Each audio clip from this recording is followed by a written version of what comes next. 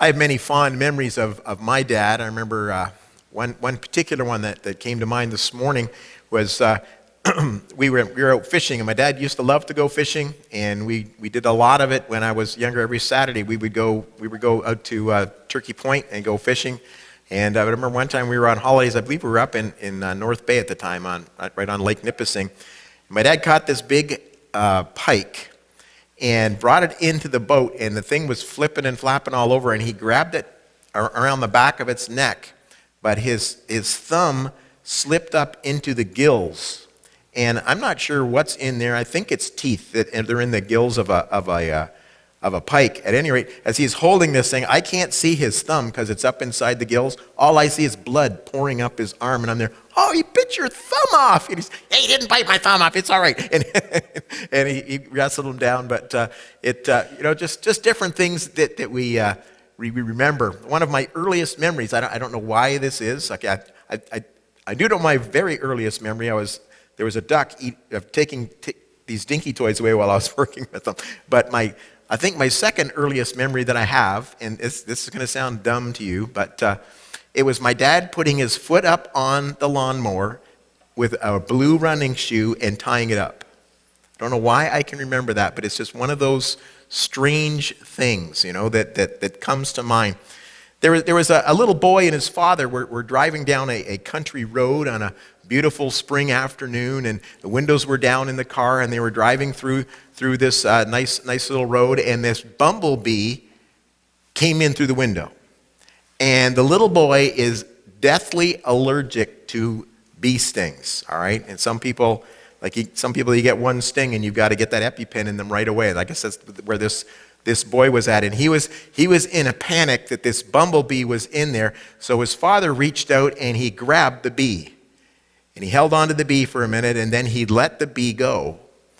And the little boy, he started to panic again because the bee was fluzzing around. He says, no, don't worry. And he opened up his hand and he showed his hand. The bee sting was now in his hand from the bee. And that was a dad doing something for his boy. Children go through 4 stages. First, they call you Dada. Then they call you Daddy. As they mature, they call you Dad. And finally, they call you Collect. All right? We recently finished a little study on David's friends and foes, and we looked at one of David's sons, one of David's bad sons, and actually had a couple of bad sons, but we looked at Absalom, but we did not look at his son that actually took his place on the throne. And his name is Solomon. And Solomon was given a gift by God. God asked him, what can I give you? And Solomon was in a good state at this time. Solomon went bad for a while there, and Solomon did come back, all right? And sometimes we have a tendency to think of the bad years. Well, there were the bad years there where he married 700 wives and had 300 concubines, and he made, excuse me, I tried not to sing this morning too loud so my voice wouldn't cut out, but it's doing a little tweaking here on me. But he made idols for his wives and so forth, but he did come back to God. And when God asked him what he could have, he said, "I'll give you whatever you ask for." And Solomon asked for wisdom. And God said, because you asked for wisdom, and you didn't ask for wealth, you didn't ask for long life, you didn't ask for the life of your enemies, I'm going to give you all of those things, and I'm going to make you the wisest man that ever was. In 1 Kings chapter 3 and verse 12, it says, "Behold," this is God talking, "I have done according to thy words. Lo, I have given thee a wise and an understanding heart, so that there is none like thee before thee, neither after thee shall any arise like unto thee." God made Solomon the wisest man.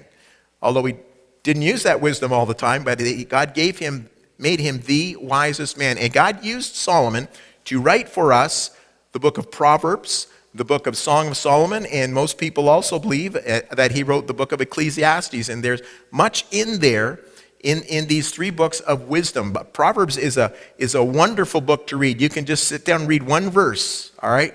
And you can meditate on that one verse all day long, or just a couple of verses, and meditate on that. It is profound wisdom that God gave to Solomon. in some of the passages, there's more to it than just one verse. Sometimes I'm not sure exactly what they call it, but they kind of give two opposite things together, where he says one thing, and if you don't do this, it's something else.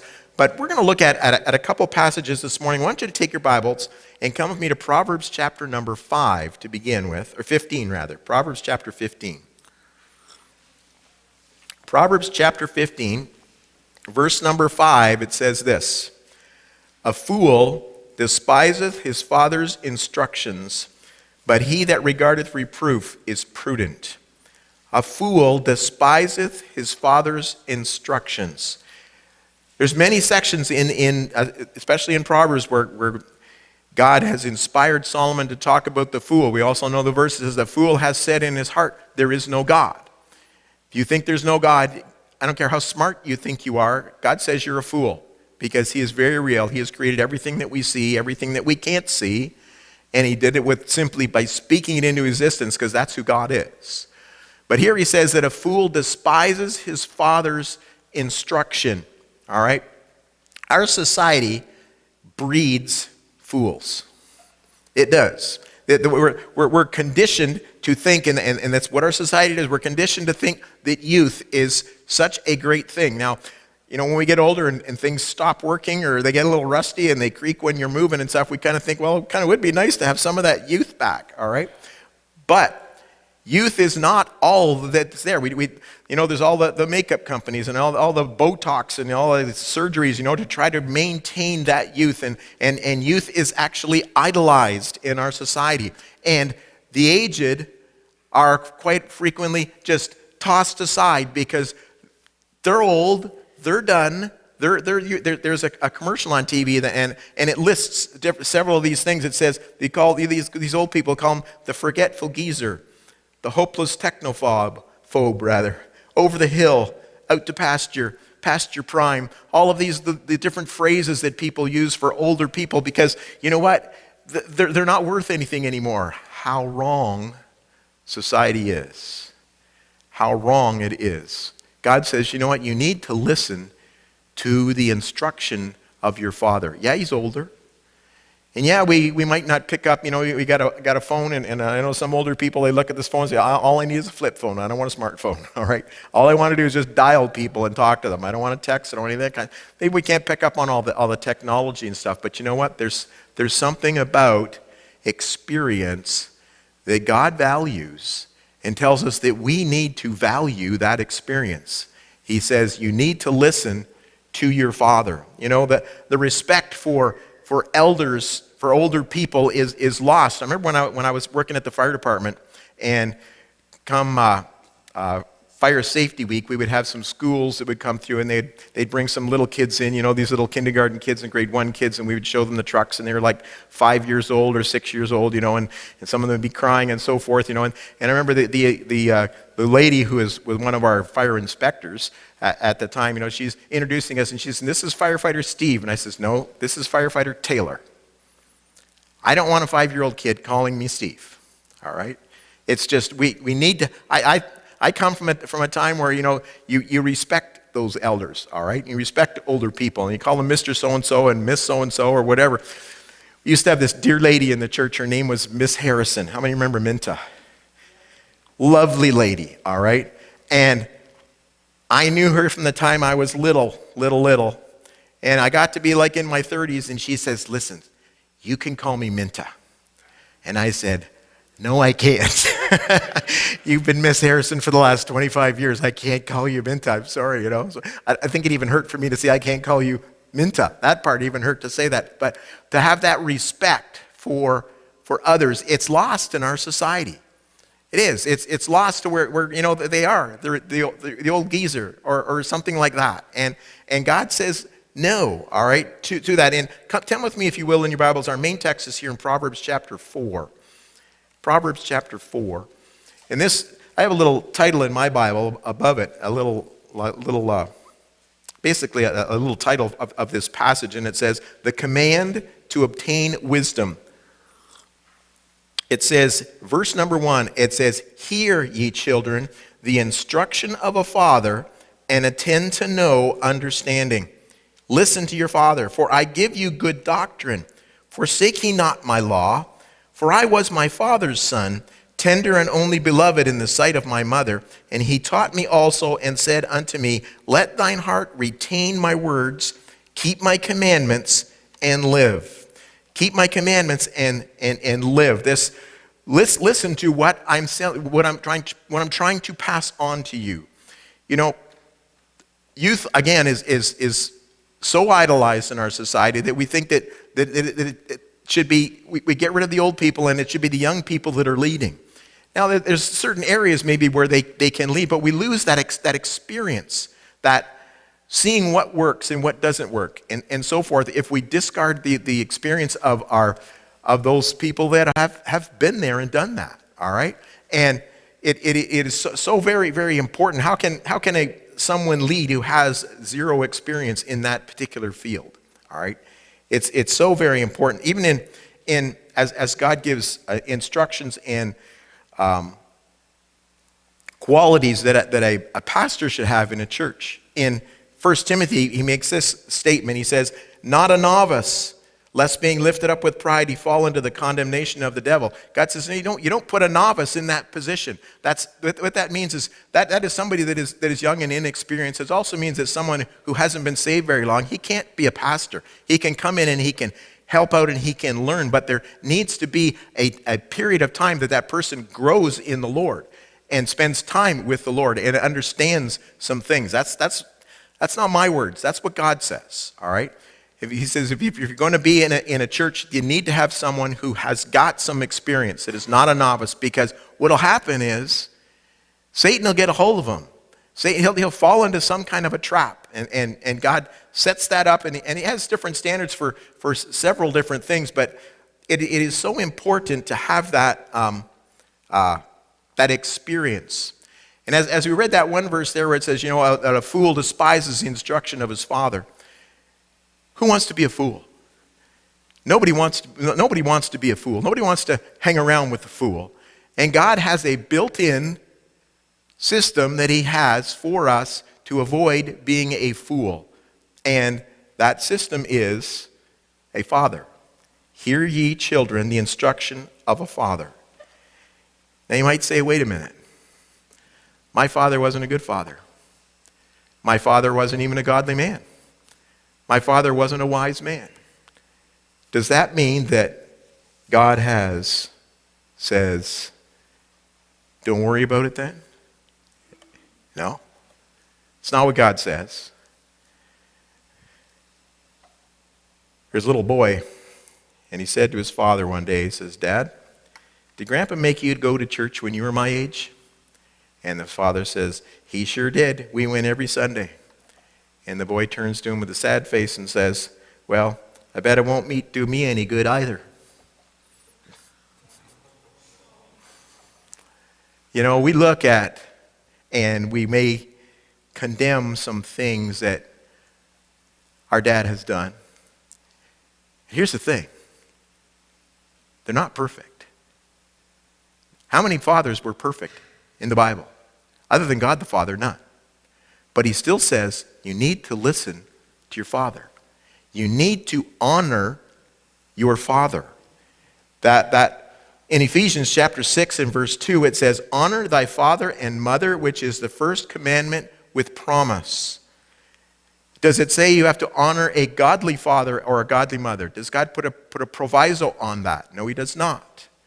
Does God say that it has to be, a perfect father or a perfect mother, and those are the ones you're supposed to honor? God does not put that proviso on there. God says, I want you to honor your father and your mother, which is the first commandment with promise. There is a promise there if we will honor them, okay? Honoring them. Honoring your parents, and honoring your father and your mother, it's not a case of, just, if they're not good enough, I'm not going to honor them. Was talking with someone a little while ago about this very thing, and actually was closer to Mother's Day, and I was saying I don't understand why people, even Christian people, will not honor their mother or their father. This person says, well, your mother was like perfect. Well, my mom wasn't perfect. I love my mom. My mom had lots of faults. I'm not going to share my mom's faults with you. All right? I'm going to share the good things about my mom. I might tell you some stories that are, that shows that she had an error. One that I remember clearly, she told me this story. She was in a public bathroom, and she was done whatever she needed. She was washing her hands, and as she's washing her hands, a man walked into the bathroom. He turned 47 shades of red, all right, and couldn't apologize enough as he turned and darted out of the room, all right?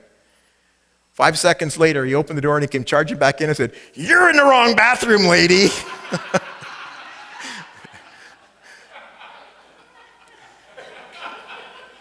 My mom made some mistakes, but you know what? I'm not going to focus. God says you don't focus on what their errors are. What you need to focus on is the truths that they have, all right? He doesn't tell us to eliminate their sin or to emulate their sin or their flaws, but we are to minimize their errors and maximize their truth, all right? That's honor, because no one's perfect, all right? No one is perfect. That's called honoring your mother or your father. Magnify the good rather than focus on the bad. Verse number 5 here in Proverbs chapter 4. It says, "Get wisdom, get understanding, forget it not, neither decline from the words of thy mouth. Forsake her not, and she shall preserve thee. Love her, and she shall keep thee." This wisdom will preserve the quality of life. As it says there in verse 1, it says, "Hear ye children the instruction of a father." We need to seek wisdom. God says you need to seek wisdom and hold that wisdom. Multi-generational wisdom. Wisdom that comes from people that have been there. Wisdom from God builds it in there, okay, with our fathers and our mothers. And yeah, they're going to make mistakes and they're going to do some things that are wrong. God says you need to focus, you need to honor them. That's God's principle. All right? God says, if you follow this principle, I will bless you. But you have to follow the principle. We'll get into that a little bit later in the message here, but it's so very, very important to seek that wisdom. At 15 years old, you think that you know it all and your parents don't know anything, okay? And then maybe at 25, you might know a little bit more, or at 35, you know a little bit more, but you know what? They have some experience there. And God says, honor them. Honor them. I found two very neat definitions of wisdom I'd like to share with you. The first one is this: wisdom is the skillful application of knowledge to life. The skillful application of knowledge to life, taking what you knew and putting it into life. There's so much now of people that spend all their time looking at a phone or looking at a tablet, and they don't pay any attention to what is going on around them, and they're outside of life, all right? It is important that we take and we talk to these people that have been there and that love us. And you know what? They might give us some bad advice sometimes. But wisdom is to be able to skillfully acknowledge, all right, and skillful application of knowledge to life. The second one is this. Wisdom is the ability to discern between the good, not the bad, but the good and the best. That's what wisdom is, all right? To be able to discern what is good and what is even better than good. And that a lot of times comes from seeing what works and what doesn't work. A fool will do this, and I've said this before, I'll say it again. A fool makes the same mistakes over and over again. Does the same things wrong over and over again. A smart person learns from their errors. But a wise person learns from somebody else's errors. And they don't make those same mistakes, and they pay attention. And if a father says, I did this, it didn't work, we can learn from his errors, even though he's maybe admitting that he's done something, all right? It's so very important that we seek this wisdom, all right? Wisdom preserves the quality of life.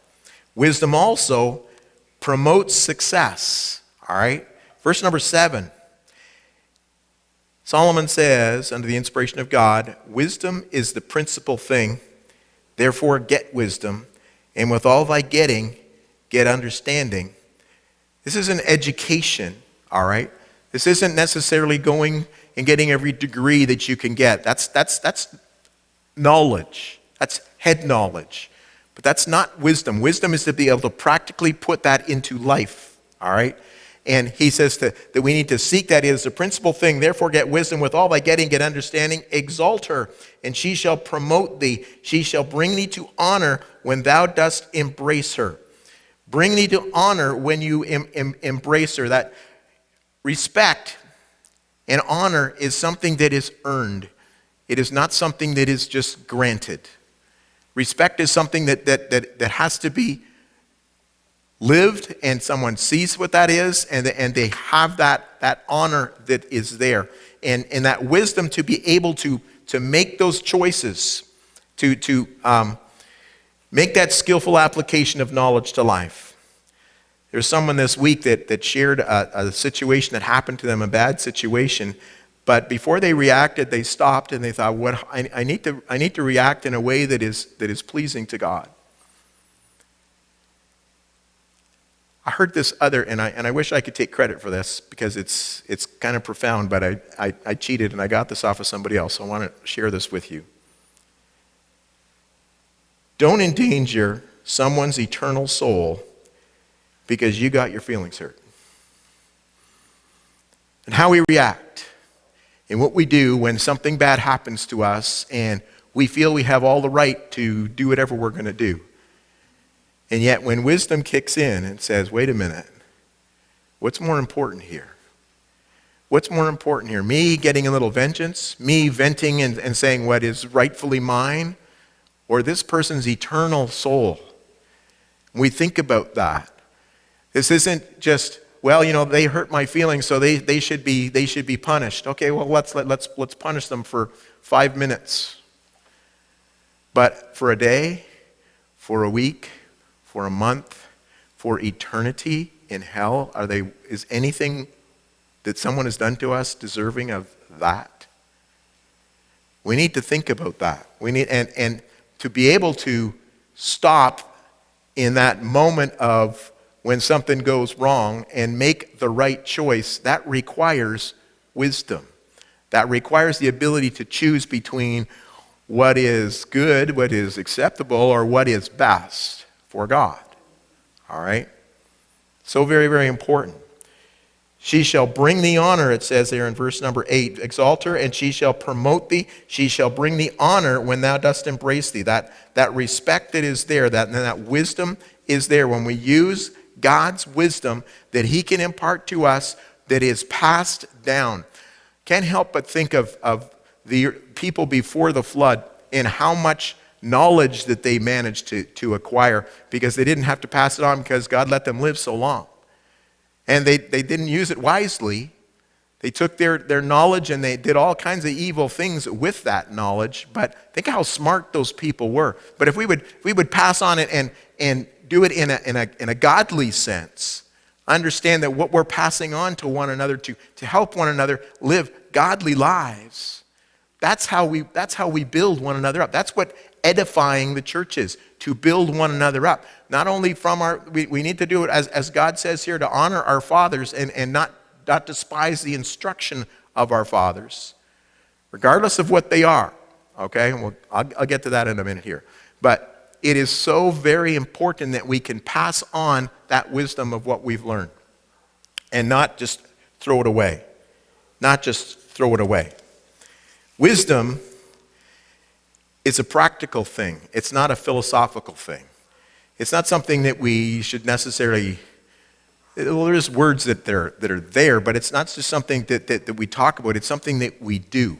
It's an action. It's how we put that knowledge into life and where we put our values.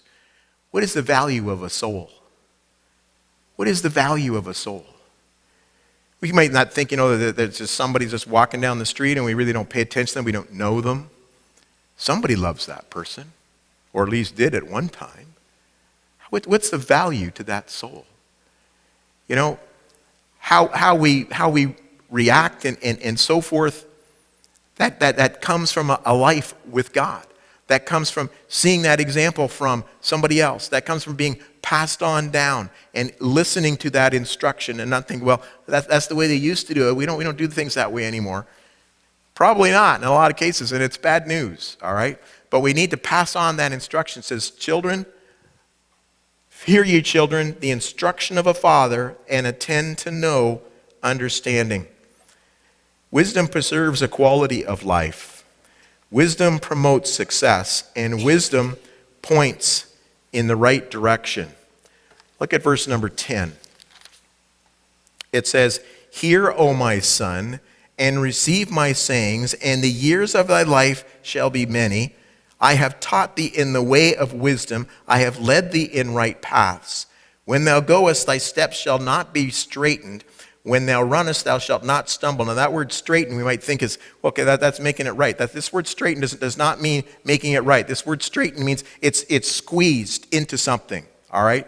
It is vexed. This word here is, he says, what he's talking about here is that thy steps shall not be straightened. You're not going to be forced into doing something evil, all right? That's what it's talking about, all right? It's talking about being forced into something here. So when thou goest, you have this wisdom that you're learning, my son, all right? When thou goest, thy steps shall not be straitened, and when thou runnest, thou shalt not stumble. Take fast hold of instruction, let her not go, keep her, for she is thy life. The wisdom that we can get from our father, from our mother, from our grandfather, from those that have been there, that love us, that want to give us that wise knowledge. It will help us to avoid making wrong decisions. That's what he says here, all right? That when thou goest, thy steps shall not be straitened, and when thou runnest, thou shalt not stumble. We won't be making those wrong moral decisions. We won't be getting lost with the social twists of everything that is around. If we, rather than what's the new thing there, let's listen to what that experience has been telling us. Remember, it just come to mind now, when Solomon died, his son Rehoboam took the throne. And as Rehoboam took the throne, people came to Rehoboam and they said, listen, you know, your father, he put a heavy burden on us. If you'll just lighten up the burden a little bit, you know, we'll follow you to the ends of the earth. And Rehoboam says, well, come back in a couple days and I'll make my decision on that. And he talked to the experienced people. He talked to the older elders that he had that were there during the time of Solomon's reign. And he says, what should we do here? And they said, you know what? You need to listen to the people. All you got to do is just back off just a little bit from what your dad was doing before you, and they will follow you, and you'll have this entire kingdom. And he listened to them. And then he listened to his young friends that he brought up with him, and they thought that they were all that and so forth. And they said, no, you are the king. You tell him, I am so much better than my father, and you just lay the law of the land down on them, all right? And you know what he did? He didn't listen to the wisdom that was being passed on. He listened to his young friends, and it cost him. 10 of the 12 tribes of Israel said, you know what? We got nothing to do with you. And the kingdom split because he wouldn't listen to that passed on wisdom that was there. You know,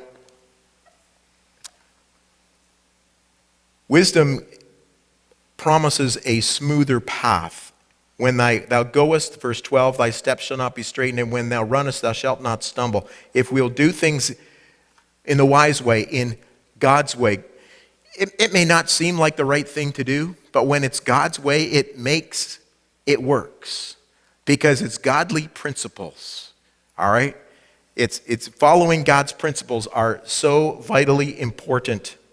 Wisdom takes you in the right direction. It keeps you from the wrong friends, all right? It says, verse 14, enter not into the path of the wicked. Go not in the way of evil men. Avoid it, pass not by it, turn from it, and pass away. For they sleep not, except they have done mischief, and their sleep is taken away, unless they cause some to fall. For they eat the bread of wickedness and drink the wine of violence. If the wrong friends will drag you away, the right friends, the godly friends, this is the message that the Father is trying to pass on here. And I'm sure most of our parents have said, well, I don't want you hanging around Billy. He's bad news. And we don't know the difference. We want to hang around with Billy. And he's bad news, all right? And what he's saying here is if we'll listen to that instruction that they can see, good friends will help you. The Bible tells us in Proverbs 27, verse 17, it says, iron sharpeneth iron, so a man sharpeneth the countenance of his friends. Having the right friends and the right company, and that direction can be there for us to help us, all right? So let me ask you, what about your dad? What about your dad? Say, well, my dad was this, or my dad had faults here. Everybody's dad has faults. And some dads have a lot more faults than other dads do, all right? I'll give you that. But God doesn't put a proviso on how we honor our dads, who we get to honor and who we don't get to honor. God says that you need to honor your father and your mother. This is the first commandment with promise. You know, you've heard the phrase before, don't throw the baby out with the bathwater. People do that with their dads. What that is an unavoidable error, or avoidable error, which is something good or is of value and is eliminated when trying to get rid of something unwanted. And people will toss out their dad and say, well, I'm not going to listen to anything he has to say. It's a principle of God that if we will honor them, say, well, my dad wasn't a godly man. My dad doesn't want anything to do with God. How can I honor him? You focus on what truths that he has. Because let me share this with you. Your dad, if he is not a godly dad, and you show him you don't have any honor for him, do you think he's going to listen to anything you have to tell him out of this book? Not a word. Not a word. Because you are violating his word. When he says, I want you to honor your father and your mother, you are not going to win him without honoring him, because it is a principle of God. That doesn't mean you do everything that, he's a part of the mafia and you join the mafia. I'm not saying that, all right? But I'm saying that you minimize the bad and you honor the truth that he has for you. You need to do that. I know several people that don't want anything to do with their parents because of whatever they have done. And when you look at it this way, and I'm going to put it bluntly, whatever their parents did and may have hurt them, what they're saying by avoiding them and not wanting anything to do with them is, in its essence, is I would rather that my parents go to hell. Really, that's what by rejecting them and them having the truth and them claiming to be godly people and say, I don't want anything to do with my parents, you are violating a principle of God. And you have no chance of winning that father or that mother to God and showing them if you are showing the same thing that everybody else shows. It is vital. God says this is a principle. If you will honor them and respect their position as being your father, all right, or being your grandfather, whatever he is, there is a better chance that you can win them. And even if you don't, you're still following God's principle. We can't just put our own twist on what God says, and say, well, in this case, I'm here. No. You can't put a twist on it. God says that we need to honor our fathers and our mothers. That's the first commandment with promise. And you look at it this way. Let me just give it a little logic twist to it. If you don't honor your parents, what are you teaching your kids? You're teaching your kids that they don't have to honor you. Say, well, I'm not as bad as my parents. You're teaching your kids that, and I really hope it doesn't come back and burn you the other way, and your kids end up, when they get older, they treat you the same way that you were treating your parents. But it is so very vitally important that when God lays down principles, and there's so many principles in the book of Proverbs, they're not optional. Well, they are optional. You can choose not to have them and eliminate God's blessing from your life. That is an option, all right? But to have a life that is pleasing to God, to have a life that God can bless, we need to follow God's principles. We need to follow his principles. And one of those principles we get to celebrate today on Father's Day. Honor your father. Honor your father. Honor your mother. Because if we don't, we're actually handicapping our own kids of all the benefits we've seen. All right? Love the good. Minimize the shortcomings. And honor our parents. Honor our parents. In my case, I honor my parents' memory. All right? And I'm not going to tell you some of the things that I know about my mom or my dad because it doesn't matter. You know what? I'm going to honor them of what they were doing, okay, and how much they loved God. And every other positive aspect I can think of, that's what I'm going to remember. And there's the odd funny story too. But nonetheless, it's important that we do that. It's important that we teach our kids. You want to teach your kids to honor you? You need to honor your parents and teach them that, all right? They say, well, don't listen to him. No, don't do that, all right? Verse 1 again, chapter 4. Hear ye, children, the instruction of a father, and attend to know understanding. Hear the instruction. And the other verse that we had there in Proverbs chapter 15, in verse number 5, a fool despiseth his father's instructions, but he that regardeth reproof is prudent. A fool despiseth his father's instructions. Don't be a fool. Don't teach your kids to be a fool. Honor our parents because it's a principle, and there's many other principles. Let's follow God's principles in his word. Amen? Let's pray. Precious Father, thank you so much for your